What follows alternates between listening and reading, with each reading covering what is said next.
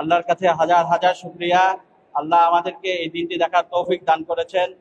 আমাদের দীর্ঘ কষ্টের পরে তিনি আমাদেরকে স্বস্তির ব্যবস্থা করে দিয়েছেন। এই কারণে আল্লাহ দরবারে হাজার হাজার লক্ষ কোটি শুকরিয়া আদায় করছি।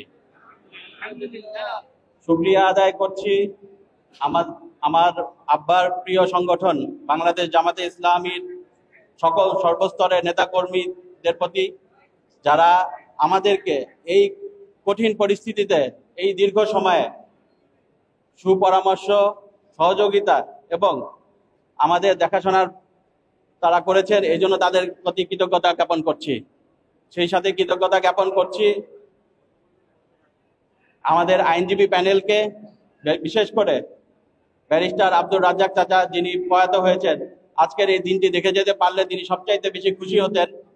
তিনি সহ সকল আইনজীবীবৃন্দ যাদের অক্লান্ত পরিশ্রমের মাধ্যমে আজকের এই বিজয় অর্জিত হয়েছে, তাদের প্রতি আমরা কৃতজ্ঞতা জ্ঞাপন করছি আজকের এই দিনটি দেখার জন্য, যারা এই দেশকে পরিবর্তন সূচনা করেছেন। সেই জুলাই বিপ্লবের শহীদ, আহত এবং যারা এই আন্দোলনে অংশগ্রহণ করেছিলেন, তাদের সকলের প্রতি কৃতজ্ঞতা জ্ঞাপন করছি। আল্লাহ পাক আমাদেরকে ধৈর্য ধারণ করার তৌফিক দিয়েছেন। আমাদেরকে বাংলাদেশের আপামর জনসাধারণ যারা সর্বসময় আমার বাবার জন্য দোয়া করেছেন, তাদের দোয়ায় আমার বাবাকে শামিল রেখেছেন, আমাদের পাশে থেকে সাহস জুগিয়েছেন এবং আমাদেরকে সবসময় সহযোগিতা করেছেন। তাদের সকলের প্রতি আসলে আমরা কৃতজ্ঞতার ভাষা আমাদের নাই। আমরা আপনাদের কাছে আরো বেশি করে করজোড়ে দোয়ার আবেদন করছি, যেন আমার আব্বা খুব দ্রুত জেলখানা থেকে বের হয়ে যান।